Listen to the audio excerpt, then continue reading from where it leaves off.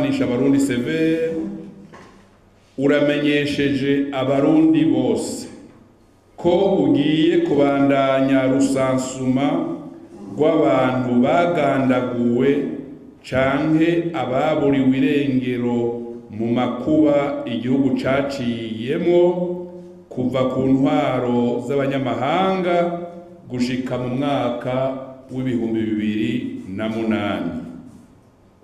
Iyo rusansuma izotangura ku munsi wa mbere igenekerezo rya 11 Munyonyo 2024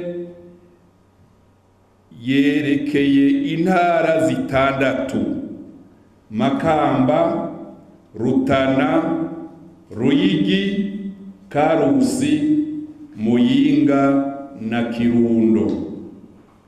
Ku munsi wa mbere uza niho tuzocagura abakozi bazodushigikira mu mitumba yose igize izo ntara mpejeje kudondagura. Aha dusabe abarundi batumve neza, iyo rusansuma ije ikurikira iyabaye mu mwaka uheze w'ibihumbi 2023 mu ntara za Cankuzo, Rumonge na Bururi.